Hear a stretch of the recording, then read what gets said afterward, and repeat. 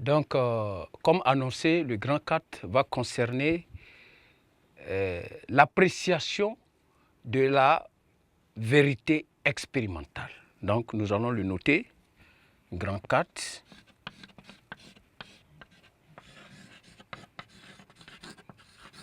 L'appréciation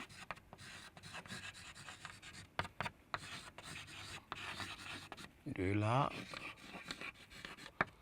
vérité expérimentale. Cette appréciation va porter sur deux points, deux sous-points, à savoir l'objectivité de la vérité expérimentale qui est un élément important, mais cette objectivité aussi peut avoir des limites. Donc, en petit 2, nous verrons les limites. Donc, commençons par le petit 1, l'objectivité de la vérité expérimentale. Donc, petit 1, l'objectivité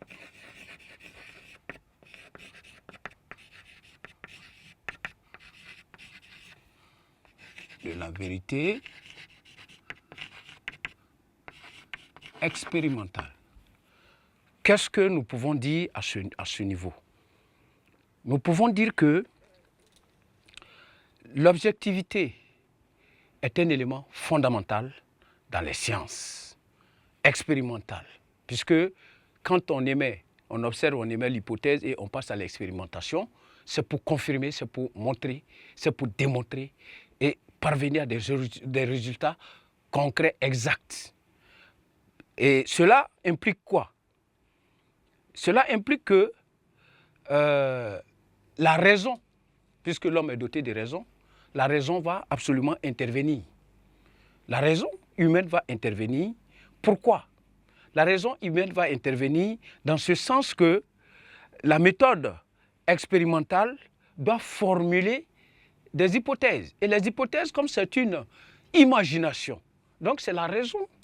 Voilà, nous allons faire tourner nos méninges pour imaginer, pour essayer de faire des combinaisons d'idées pour pouvoir expliquer, puisque l'hypothèse est une tentative d'explication rationnelle que l'on donne au phénomène nouveau qui est le fait polémique. Donc, nous allons utiliser la raison. Et la raison, lorsqu'elle imagine, lorsqu'elle trouve une explication que le savant trouve quand même assez intelligible et rationnelle pour expliquer le phénomène. Donc, c'est une explication anticipée du phénomène. Voilà. Qu'est-ce qui va s'en suivre? Il va s'en suivre que le fonctionnement du phénomène étant expliqué, anticipé, il faut procéder à ce qui est conçu comme il faut procéder à l'expérimentation, comme on l'a déjà expliqué. Donc, qu'est-ce que le savant va faire?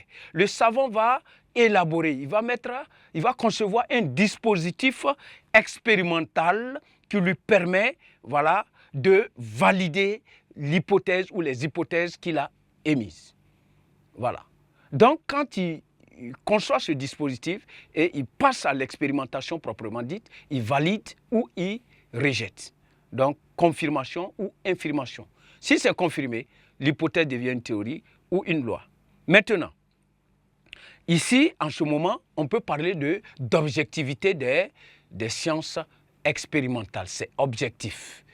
Et on voit c'est un cheminement rigoureux, pratique qui est suivi, et ce cheminement peut être aussi utilisé par d'autres personnes pour parvenir au même résultat. Donc on parle d'objectivité. On parle aussi d'universalité en ce moment. Voilà. Objectivité, universalité, etc.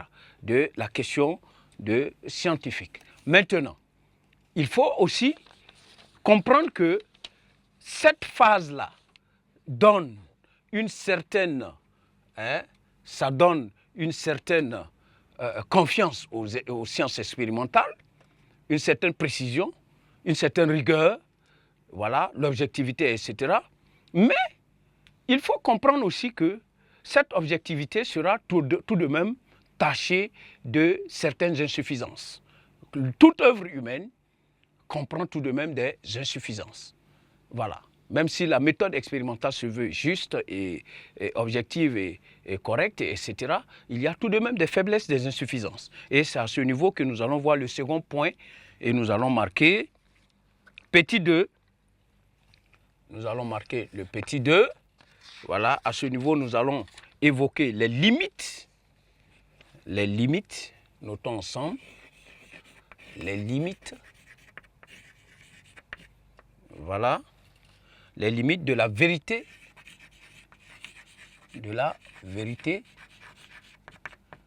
expérimentale. Expérimentale. Voilà.